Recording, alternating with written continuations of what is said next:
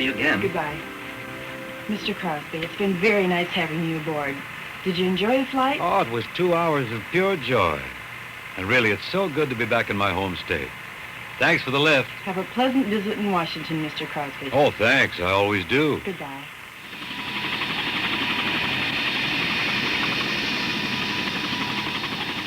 Even though I was born and grew up here, returning to the state of Washington is always a new adventure for me. Because it's a state just busting out all over with the excitement of people going places and doing things. This is kind of a special journey because I'm here to be your guide. I want to share with you the sights and sounds of this beautiful northwest corner of our nation.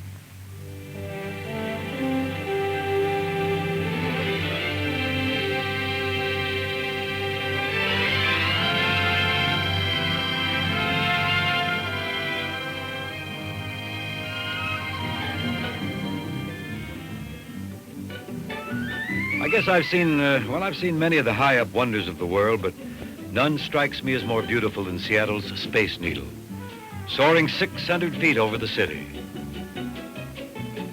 You know, to me, it's like a compass, pointing the way to wide open spaces where there's still room to roam and explore.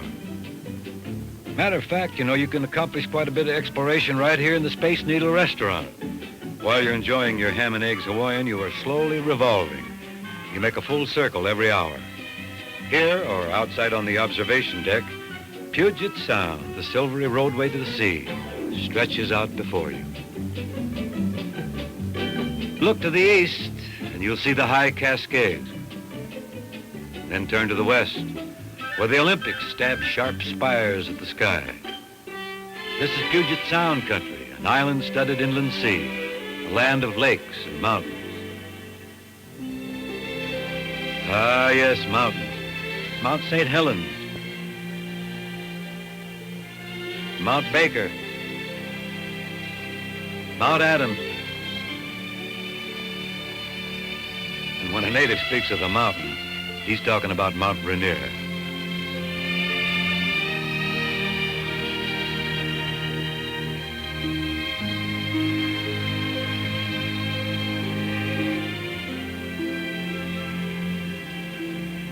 The mountain carries on a constant flirtation with Tacoma and Seattle, just as she did 100 years ago. As she did at the turn of the century when Alaska gold found its way into the cash registers along Seattle's waterfront.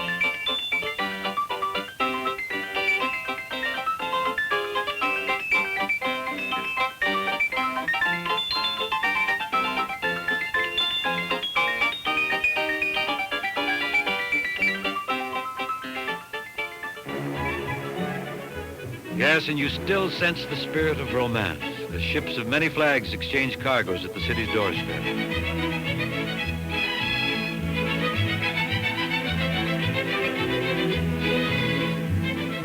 You can dine in any number of inviting waterfront restaurants.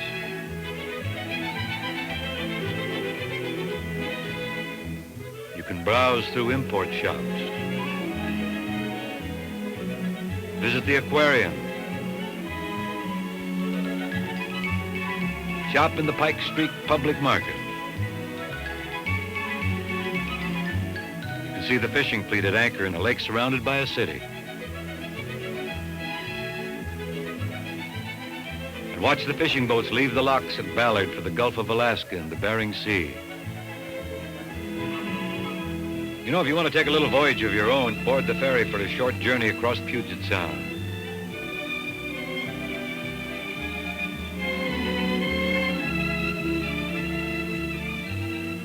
Or if you want, you can go abroad. You go to Victoria, British Columbia, and return the same day aboard the cruise ship Princess Marguerite.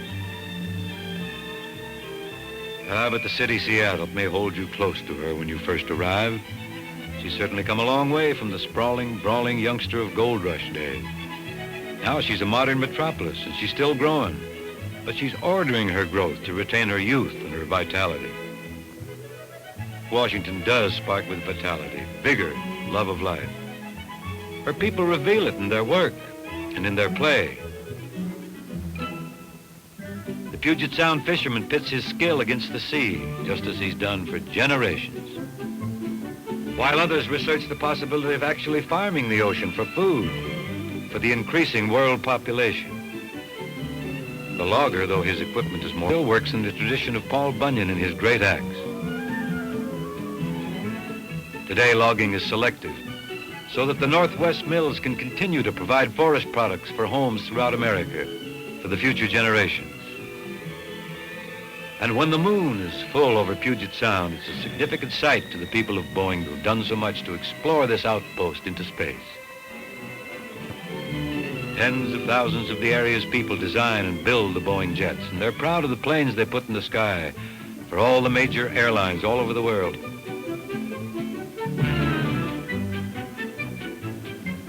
Yeah, it's a place where everybody in his own way enjoys his slice of the sky. Why, they even enjoy their rainfall. They know that something better than pennies from heaven fall from the sky. All the year around, vivid flowers paint color against the cool green of shrubs and trees.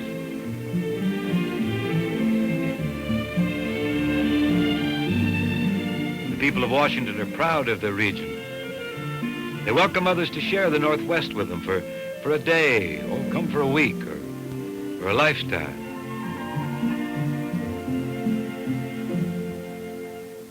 Why, you can't live in Washington or even visit there without developing a close involvement with nature. Nature that has a sparkle, a freshness, a rhythm that is uniquely the Pacific Northwest.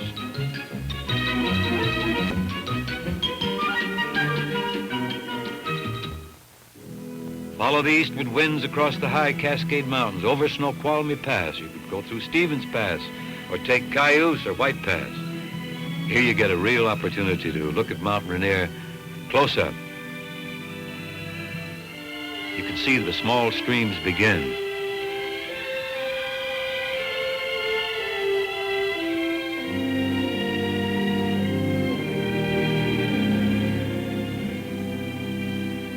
Streams that sing to the angler, sing with the music all their own. Streams that swell to make the Columbia mighty among rivers. Where the Columbia flows the length of eastern Washington, you'll find yourself in big, big country, a land of far horizons, where flowers splash color on the sagebrush prairies, and you can hear the meadowlark sing on a desert morning. Here, giant dams like Grand Coulee hold back water from the Columbia, water that turns the desert green. Yes, it's a fertile, growing garden, with touches of the Old West still lingering, where horses and cattle run free on the open range.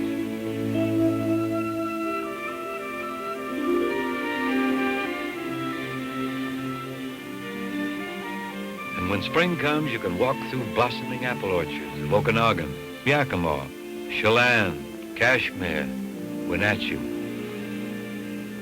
and come again, when the nip of fall is in the air and the fruit is ripe on the trees, bursting with sweetness.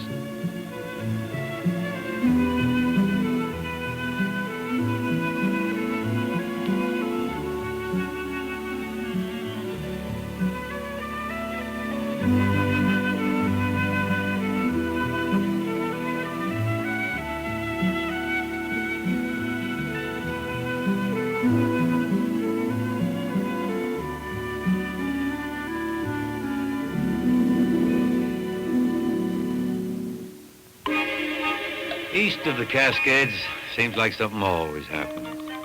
Golf tournaments, parades, horse shows,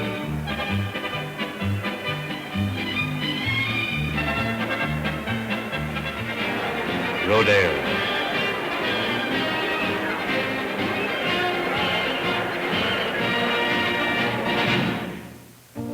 You know, sportsman's paradise, that's an oft-used, but not too often exactly a true phrase. However, if there is such a place, I'm convinced it's here in eastern Washington, where feel free to hunt signs welcome the hunter.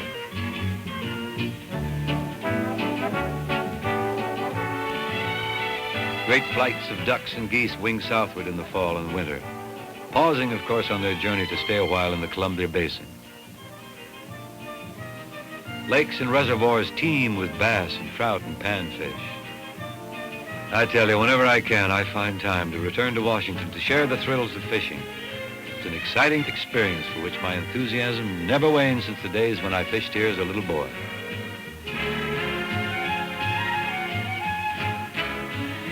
The big game hunter stalks the hills and finds his greatest compensation in nearness to an unspoiled country, where a man still has the chance to feel a part of his pioneer heritage.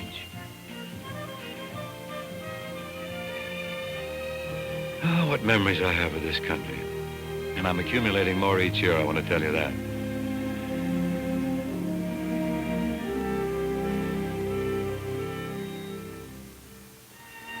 Reigning over this inland empire of eastern Washington is a city that has a special meaning to me. Spokane, Washington. That's where I was raised, 4 years ago than I care to recall. I spent the first 21 years of my life there. Went to school there. Used to run logs down in the mill pond. Spokane River runs right through the business district. And the Spokane Falls, the mighty Cascade, is just a few hundred yards farther on. I like Spokane. I like the climate there. It has 4 distinct seasons. Nice, long spring. Warm in the summer, warm and pleasant. But it's a district that abounds in lakes.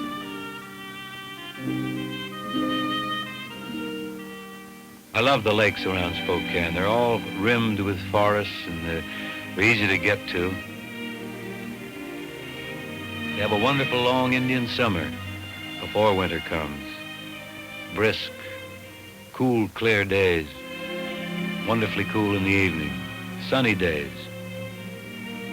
There's a genuine winter with lots of snow, brisk afternoons, cool evenings, cold, frosty mornings.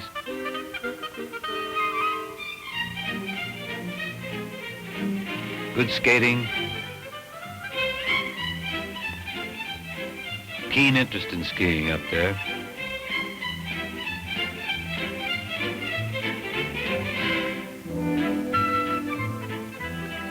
It's a wonderful community. It has a regular Western tradition.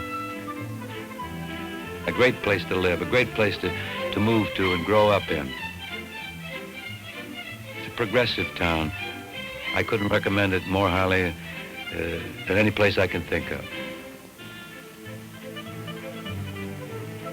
Spokane is a city built on the wealth of the great silver strikes of the Coeur d'Alene.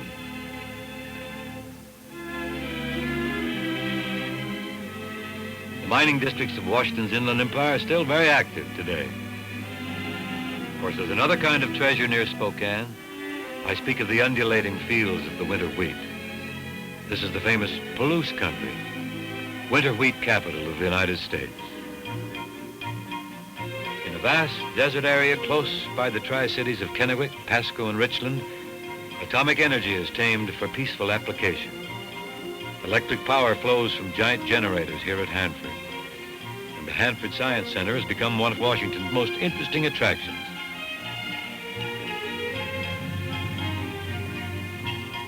After the mighty Columbia turns westward toward the sea, it becomes a broad inland waterway, a natural boundary between Washington and neighboring Oregon State.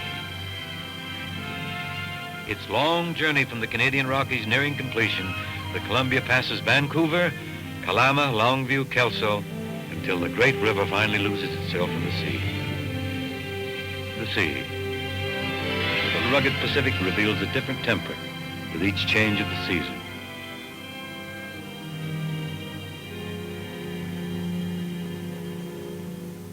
You could sail out of Ilwaco or Westport or Sequoia, share the silver harvest of silver and king salmon.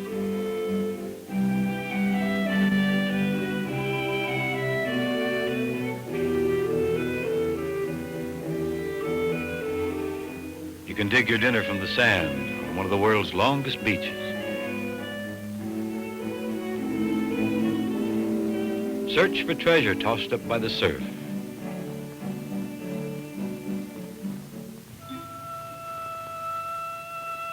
Travel north along the Olympic Peninsula and lift your eyes to the sheer beauty of the Olympics. Wander, if you care, down through the deep shade of the rainforest, or cruise where the San Juan Islands sparkle in the sun.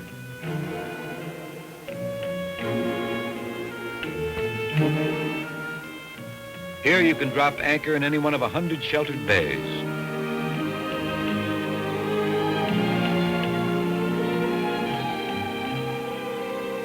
You can enjoy rustic resorts, or if you want, you can live in luxury.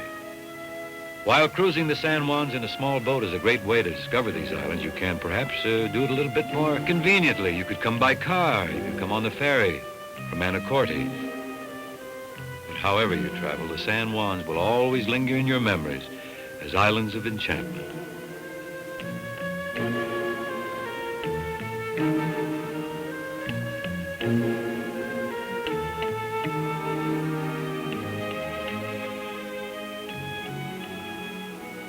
In Washington, you can live close to nature in regions remote and primitive. Or you can live in public campgrounds with all the modern conveniences. Facilities are available throughout the state for the growing throngs of travel trailers. And if you prefer, well, you'll find modern, luxurious hotels and resorts wherever the road to Washington adventure leads. If you want to leave the beaten track, the call of the mountain may send a challenge to you, as it does this group of some 300 intrepid folks from Yakima. These people climb Mount Adams every year. It's quite a climb, too. In the long season of snow, skiers climb mountains the easy way at resorts like Crystal, Mission Ridge, Alpental, and many others. Minutes away from bustling metropolitan areas, skiers have their choice of slopes.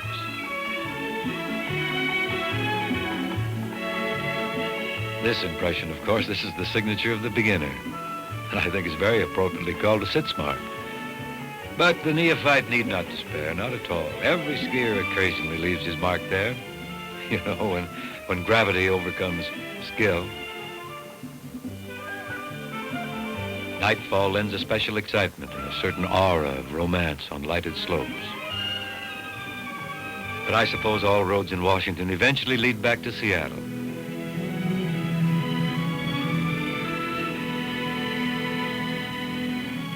Ask any Seattleite to show you his city. Its churches, with their heritage of many cultures.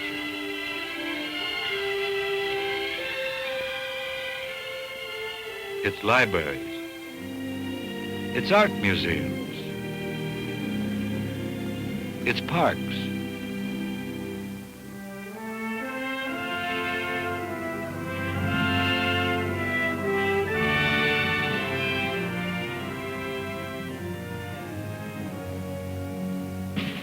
Whether or not you give him an opening, a Seattle citizen is bound to tell you about boats, because this is veritably the small boat capital of the United States.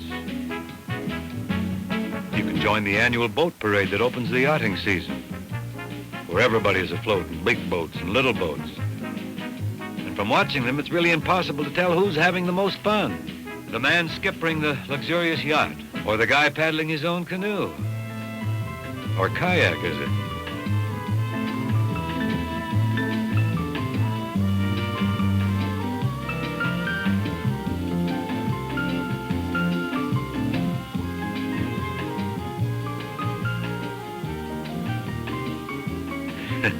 And people aren't the only ones who enjoy the water. Yeah, boating's fun, great fun. But be they yachtsmen, small boat owners, or ecstatic observers, all agree that the highlight of the boating year, the real pinnacle, is Seattle's annual Seafair Week. A week of parades and festivals.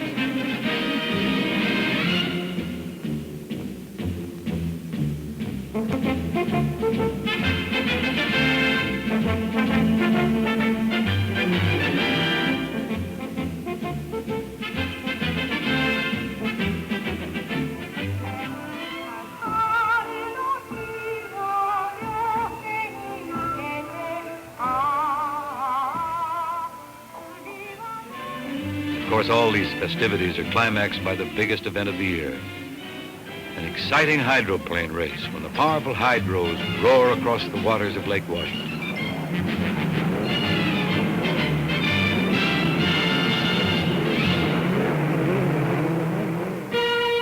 Hydro races come just once a year, but water fever, well, it never stops. You can water ski, you can fish in your own backyard, or you can cruise Puget Sound, or perhaps the sheltered waters of Lake Washington. Now then, if golfing is your sport, of course, I've been known to dig up a few pastures now and then, throw a few divots about.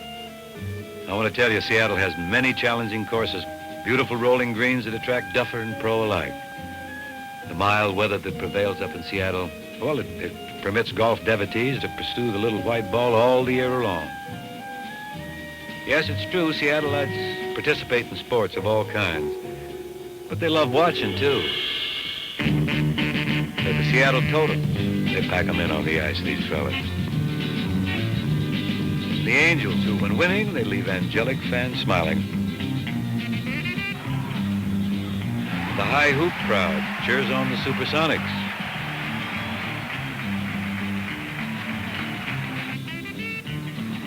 And the fans turn out en masse when the University of Washington Huskies play a home game. They have a racetrack there. I've been out there many times. It's very pretty. It's called Longacres. There they go. Blue is going to front. Sarah Moon is second. Moving up on the inside. Miss Ladybug is third. Janice Kitten's fourth. Miss Alderman fifth. Touchy delight between horses. And most desire. When the sun disappears beyond the westward Olympics, another kind of life begins with the fall of night. A life with a tempo all its own.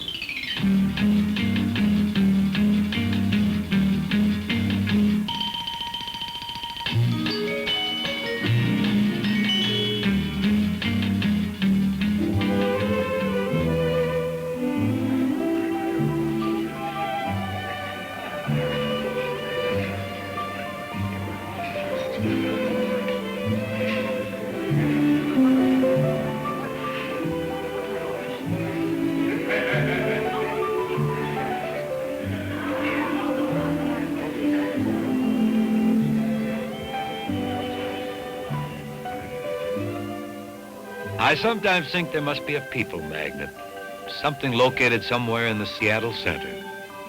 That's the bright, fresh playland, preserved intact from the World's Fair of 1962. Thousands throng to the Fun Forest Midway. Dizzying rides and tests of skill delight the young, and the young at heart.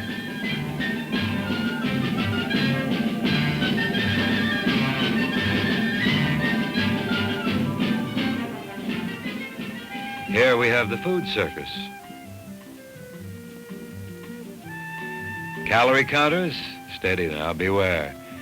Because here you can sample some of the world's most tempting foods.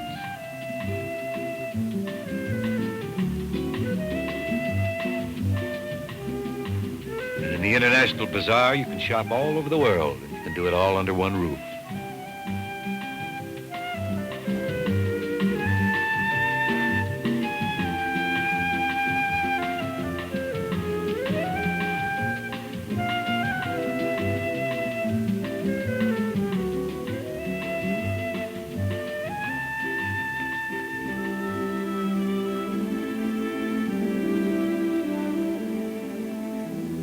Space-age wonders draw explorers to the Pacific Science Center.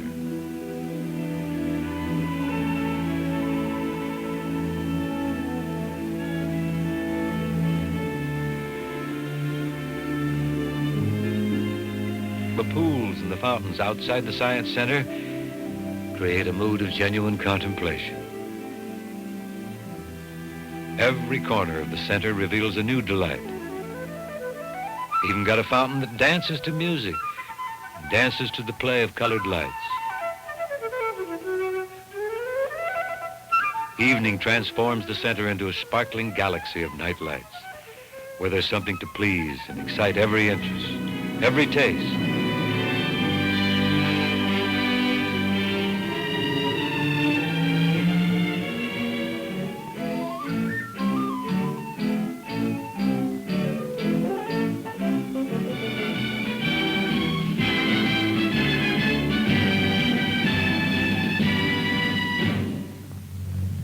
yes, Washington State, that's the sum of all you have seen and heard, but more, much more. It is the deep, sparkling water of Hood's Canal. It's the wild cowboys' suicide race up in Omak.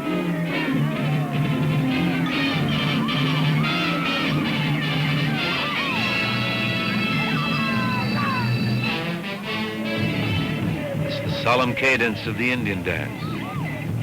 Let's not forget the log rolling contest at Shelton. They have the ski jump tournaments amid the old world charm of Leavenworth's alpine village atmosphere. Washington State is cities on the Sound, on the sea. Aberdeen, Hoquiam, Bellingham, Everett, Bremerton, and the great Navy Yard at Bremerton. Here's Tacoma, my birthplace. It's a beautiful town, beautiful with its flowers, wonderful weather, wonderful beaches and lakes. Olympia, this is the capital of the state of Washington, has a particularly warm Crosby's. My great-grandfather, Nathaniel Crosby, built his home here and sailed for years between Olympia and the Orient. His home still stands there. It's sort of a museum, furnished just as when it was occupied by Captain Nathaniel Crosby. Washington State, you know, is history. The founding of Fort Vancouver. Lewis and Clark's exploration of the Northwest. And Washington, it's a medley. It's a medley of strangely beautiful names. Ohanapakash, Snohomish, Skykomish, Toppenish, Tonasket, Ponderay, Washtukna, Mukilteo, PL. Oh, there's a million of them. These and many other places and events, they're all part of Washington State. More than one return to Washington is necessary to know, to really appreciate them all.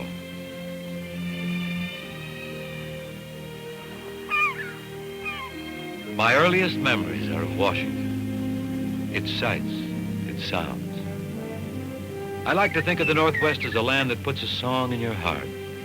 This is the land, I suppose, that put a song in my heart.